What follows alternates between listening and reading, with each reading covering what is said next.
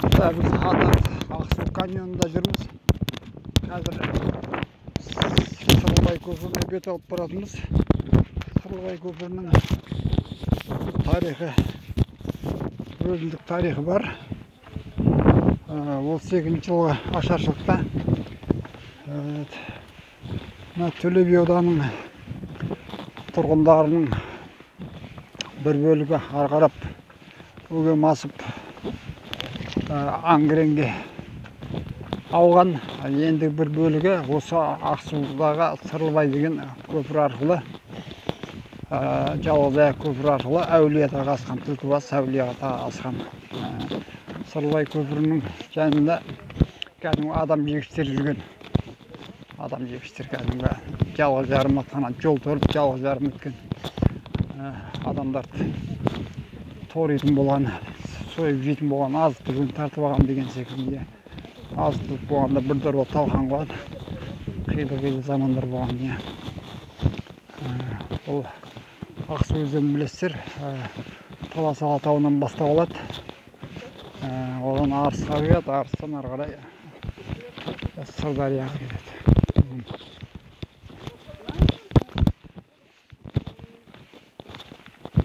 Өз алдына басқаша тау екен.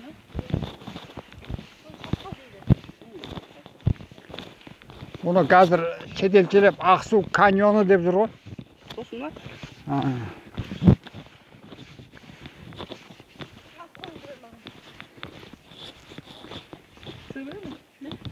Бұл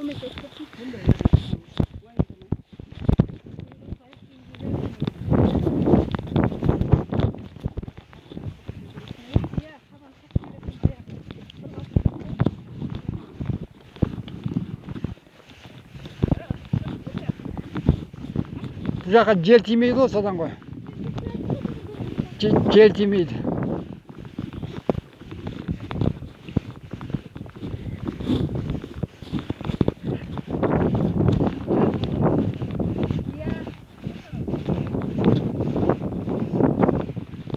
Мына арша.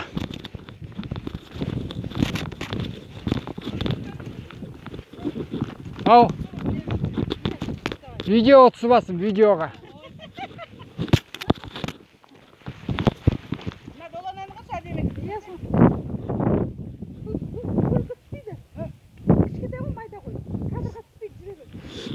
Бір айдан кейін түседі, сары долына ғой.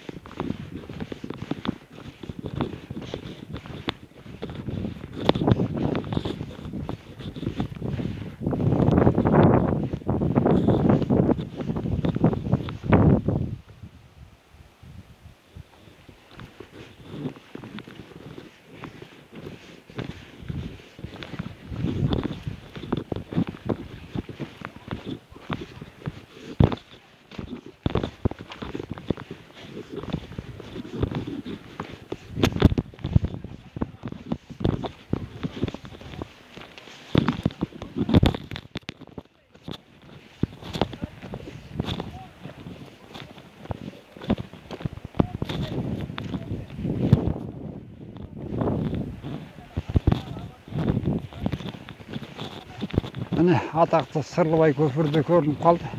Көресіздер.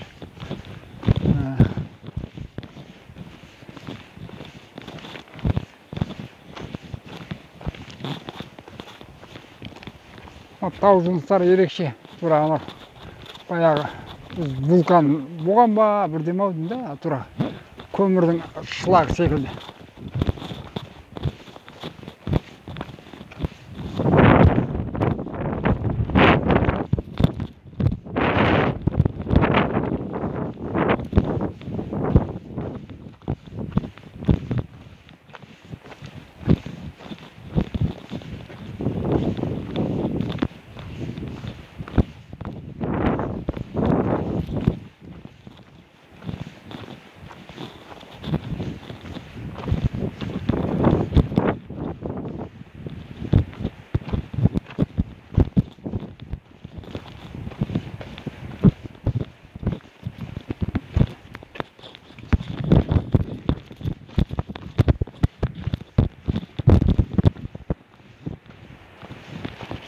Мінекей міне қазір ғой бұл темірмен бұрын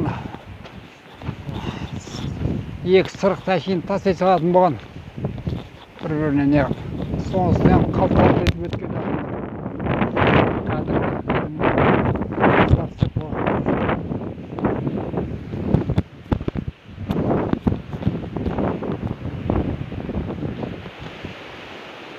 міне көріп алыңыздар.